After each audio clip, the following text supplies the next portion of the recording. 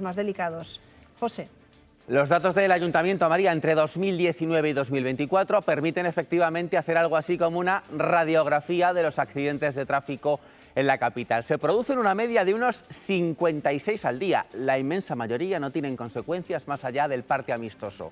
El 2,5% se traducen en ingreso hospitalario, pero atención a este dato. De ellos, de los que acaban en el hospital, más de la mitad, el 51%, son motoristas. Los que se traducen, por desgracia, en víctima mortal representan el 0,15%. 2024 se ha cerrado con un total de 20.693 siniestros. Estamos a muy poquito ya de recuperar las cifras anteriores a la pandemia. Y preocupan especialmente los atropellos a peatones. Los que acabaron con resultado de muerte han aumentado un 36% en un año. La distribución por distritos no es uniforme. Destacan Puente de Vallecas, ojo a la avenida de la Albufera, Salamanca, especialmente el tramo de la calle Alcalá que le afecta, y Chamartín, en Paseo de la Castellana, a la altura de Nuevos Ministerios y Gregorio Marañón.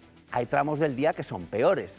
Coinciden con la pausa de comer y con el regreso a casa, porque se concentran entre la 1 y las 2 de la tarde y sobre todo entre las 6 de la tarde y las 9 de la noche. El mes más siniestro es octubre y el que menos, adivinarán por qué, agosto. Y el peor día de la semana en ese sentido es el viernes. Las prisas por alcanzar el fin de semana se traducen en que concentra casi el 17% de los accidentes. Desde ayer, por cierto, hay nuevos radares en algunos puntos de la comunidad. Es una carretera con muchas curvas y ha sido ya testigo de varios accidentes. Que los coches van súper rápido, que la gente viene de Madrid, se piensa que esto es el circuito del Jarama y viene a correr, ¿no? Los vecinos cuentan que es bastante peligrosa. Y sí que es verdad que pasan a alta velocidad, incluso entrando al pueblo. Que los forasteros aseguran que no es para tanto. No entiendo el significado, dado que es una carretera con tantas curvas que tampoco te permite ir tan rápido como para poner ahí el radar este. Los dos nuevos radares de tramo están situados en la M521, que conecta Navalagamella y Fresnedillas de la Oliva, entre los puntos kilométricos 26 y 27, donde no se pueden superar los 50 km/h. Durante el primer mes, los conductores que excedan los límites de velocidad recibirán una carta informativa. Después se empezará a multar. Poco me parece. O sea, que pongan más radares, más Guardia Civil. Se unen así a otros 15 radares que han comenzado a funcionar en toda España. Bueno, vamos a hablar de estas cosas que nos preocupan, de los accidentes sobre todo, también de los radares que sobre todo nos fastidian, pero son necesarios. Mario Arnaldas, presidente de Automovilistas Europeos, muy buenos días. Muy buenos días, María. Alguna conversación que hemos tenido nosotros me ha sacado este tema del aumento de atropello de peatones. O sea, que es algo que ustedes ya tienen estudiado. Pues explíquenos cuál es su teoría, qué es lo que está pasando, por qué suben tanto. Bueno, yo creo que en primer lugar el peatón está teniendo no la necesaria protección con respecto a la circulación en esos trayectos que habitualmente utilizan.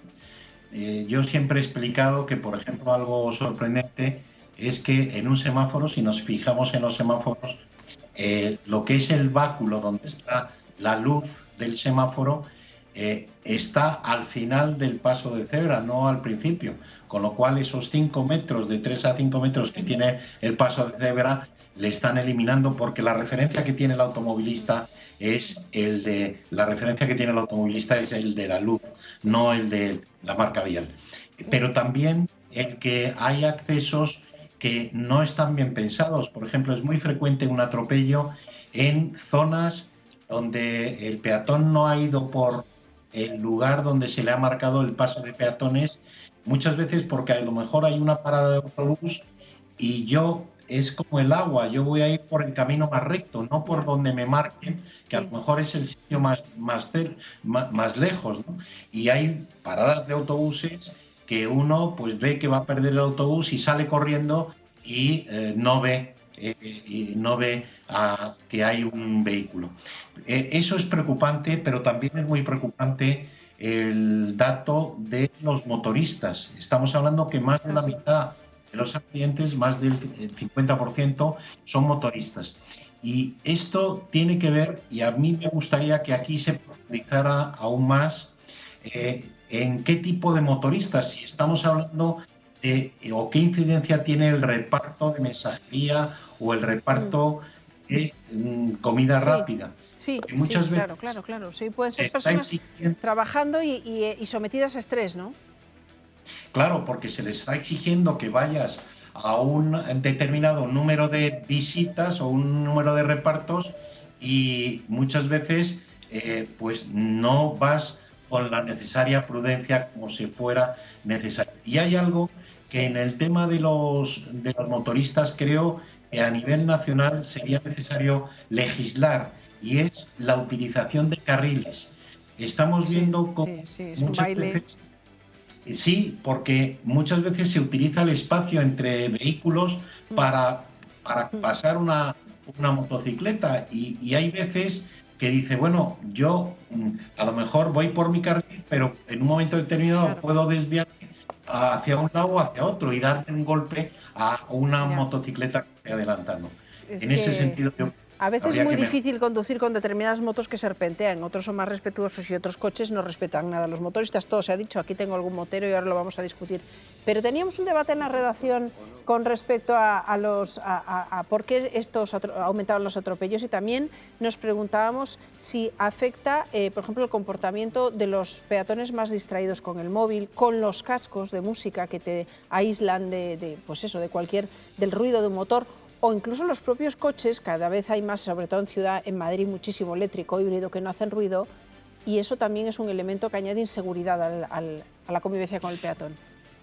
Sí, yo creo que la distracción, la desatención también se da en los peatones, y de hecho hay sentencias judiciales que han reducido la indemnización al peatón porque piensa que incluso en pasos de peatones, porque antes de poner el pie en la calzada, incluso por un paso de peatón, es necesario que ese peatón mire antes de atravesar que no viene ningún vehículo, aunque tenga preferencia en ese paso de peatones. Y muchas veces es porque estamos prestando más atención al teléfono. El teléfono es un problema no solamente en la conducción, sino también para los peatones.